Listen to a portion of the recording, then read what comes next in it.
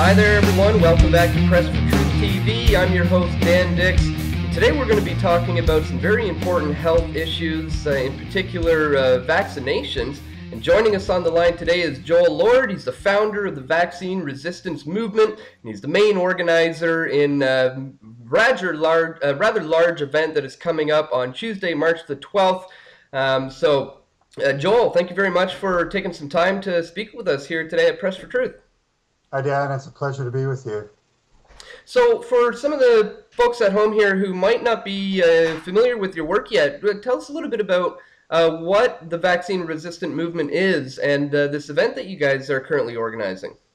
Well, this is a grassroots organization. Our primary mandate, I think, is awakening the public to obviously the litany of problems in the vaccine industry, vaccine fraud, pharmaceutical industry malfeasance.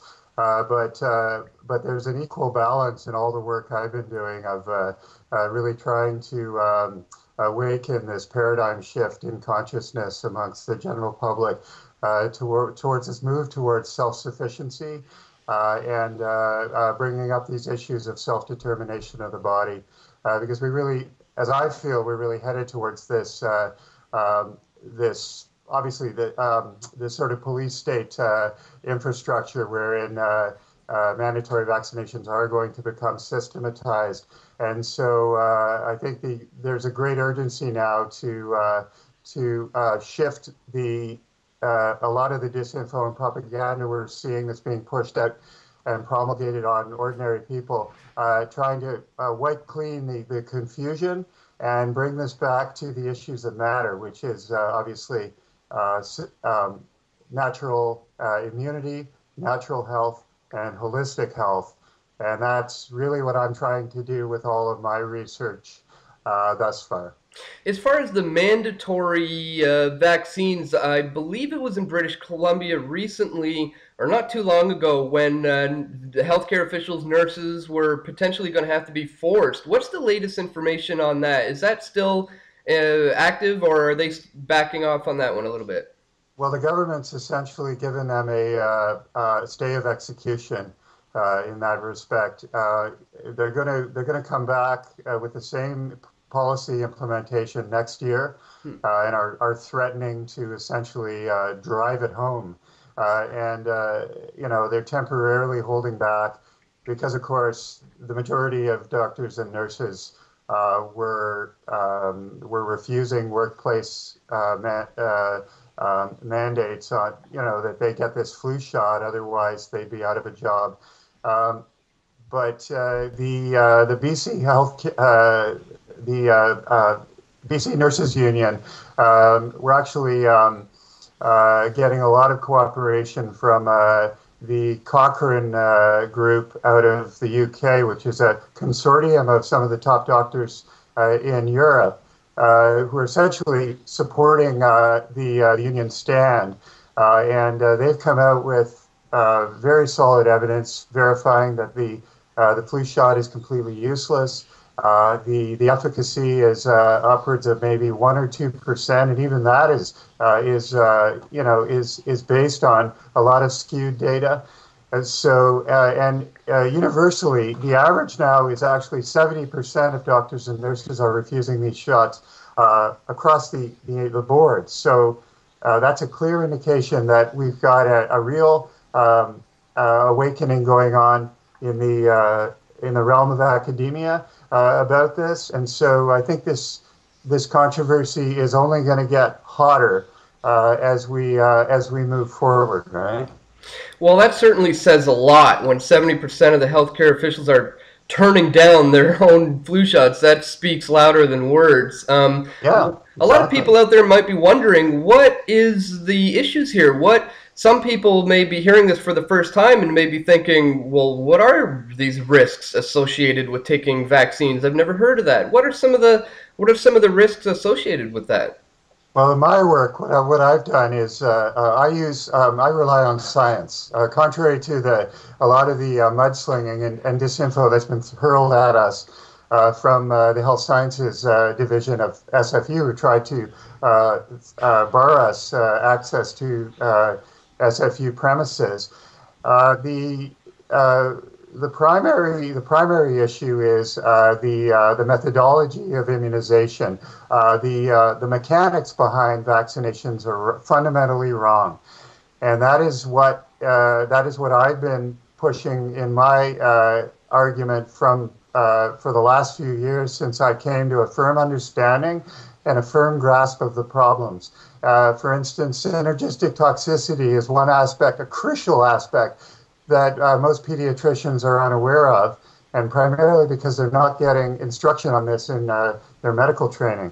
So, Dr. Russell Blaylock has come out and pointed this out, that in fact the average pediatrician has the equivalent of a weekend seminar on these aspects of synergistic toxicity and neurodevelopmental problems associated with early childhood vaccines. So what that means is when you take a serum and combine two metals together, for instance, thimerosal mercury and aluminum, and put them together in a vial, and inject that subcutaneously into the bloodstream. What happens is that you get a synergistic reaction, which creates a toxic firestorm in the bloodstream, and the body, there's a bioactive charge in the bloodstream. So there's a chemical reaction that occurs whereby these metals are drawn deep into areas of fatty tissue in the body, which so happens are the most concentration in a baby's body is the brain and central nervous system and primary organs. So what's happening is that this aluminum which acts as a coagulant, is binding with these other toxins, accelerates neuron damage. So you're seeing what's called dead motor neurons in the brain, which triggers a host of neurodevelopmental problems such as autism and the litany of other problems associated with autoimmune dysfunction. So when you explain this to a parent in layman's terms, it's really about the dangers of timing and synergy. And so that's really what I've tried to do is to make this palatable for parents and break down the wall of disinformation and the technical complexity of the research, and breaking it down into brass tack terms that they can understand.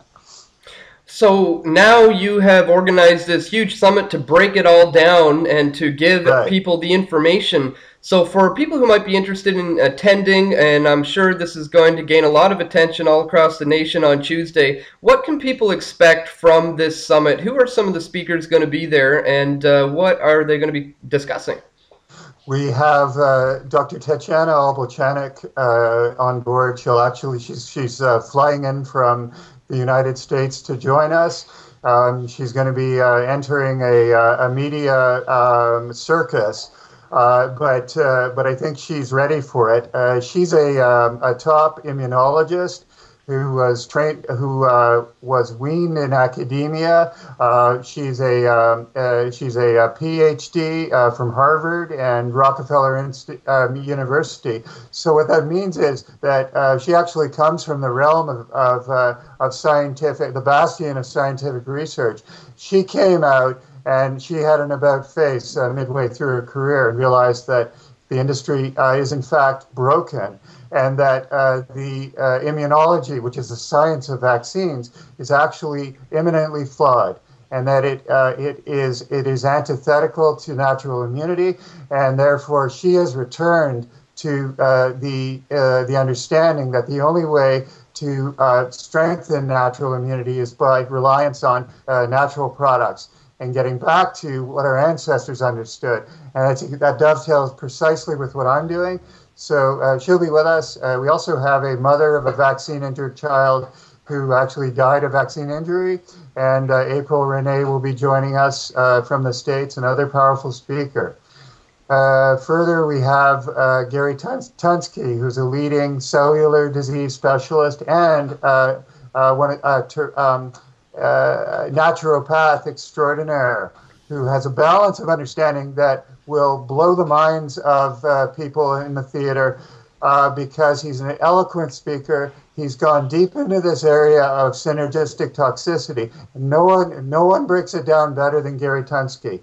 So he's an invaluable part of this just discussion and debate. And lastly, we're going to have Neil Z. Miller chiming in from New Mexico, who is the leading researcher in the area of vaccines. He's been at it for about 20 years, and he's very excited to be with us. And I think the public are in for quite a shock when they hear what Neil Z. Miller has to say. He knows more about this industry and the problems of vaccines than virtually anyone out there, and he's well aware of the problems with the Canadian vaccine scheduling and the dangers it poses to children and babies. So again, I think we'll have a very balanced approach here. I'm going to be laying out the findings of my own research in terms of the autism report and my own deep research into the problems with vaccines. Sounds like you guys got an amazing event lined up, lots of incredible information.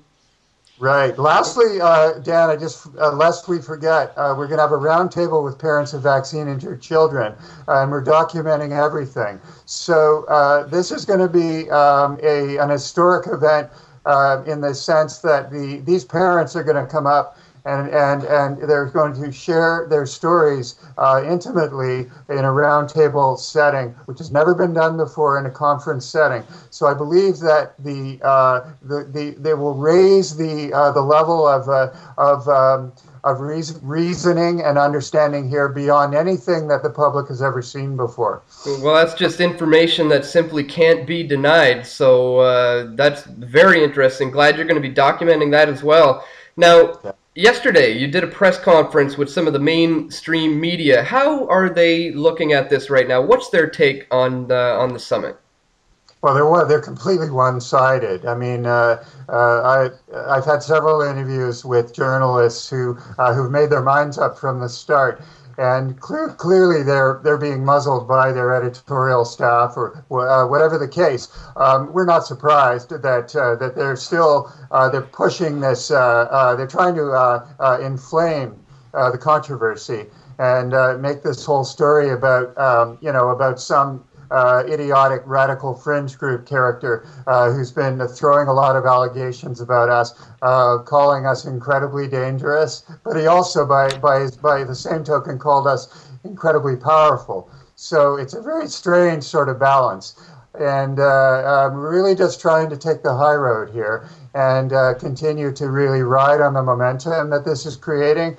And it's a gift horse that's going to bring more people from around the country to a level of awareness that will. We just want to get the issues forward, and all I care about here is the truth. And I think we've gone from being a local a local conference with maybe 100 people to an environment where potentially we're going to see hostility. I'm told the police are going to be on hand. We're going to have loaded with security staff. Apparently, they're organizing means of getting keynote speakers off stage in the event of some sort of threats posed in the theater. So I never expected it to reach this level, but I'm ready for it. And we're going to feed the work. We're going to walk into an electric environment, and we're going to try and maintain a professional poise and presentation here. Well, all you're doing is presenting information, and people have the right to hear the other side of the story here. So I think it's great what you guys are doing. Why don't you fill the folks in? Do you have some websites or any links for people who may be interested in learning more from you? Where can people find more information on this? Sure, I recommend you come to the vaccineresistancemovement.org. where you can find dozens of very powerful articles wherein I've laid out the primary problems with vaccines. And I have a worldwide autism study, which is running now. It's the only one of its kind to combine vaccinated versus unvaccinated communities. And the industry fears this kind of study because they know what it's going to demonstrate is that, in fact, the unvaccinated, by and large, are not succumbing to these problems, and we're not seeing autism in the unvaccinated communities. So that raises a lot of issues. Dan, can I just point one thing out? Yeah. This is very important, that in terms of this controversy, the Health Sciences Department at SFU claims to be this bastion of objectivity, but yet we came up with some pretty solid evidence verifying that, in fact, the Health Sciences Department just received a major donation from one of the leading vaccine manufacturers in the world, Merck Pharmaceuticals, to the amount of $1.4 million worth of lab equipment to further their vaccine research. They're working on an AIDS vaccine now. So we feel that this clearly demonstrates a potential conflict, well, obviously potential conflict of interest in terms of their objectivity. And we raised this with media yesterday, and they refused to cover it. But yet, we feel it's important that we're being, they're trying to throw us under the wheels here of this of their rhetoric. But yet, we have something that's we feel is very important that is being ignored. So I just wanted to bring that to your attention.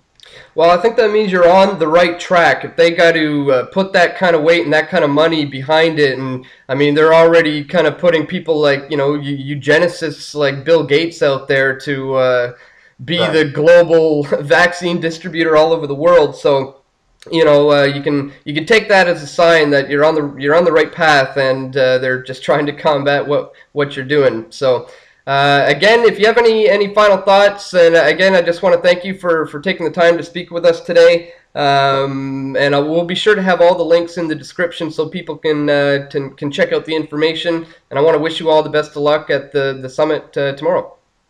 It's actually on Tuesday, so Right. 2 days away. But we're ready, we're organized, we're just ironing out the logistics right now. And we are hoping that everything runs smoothly from a technical standpoint.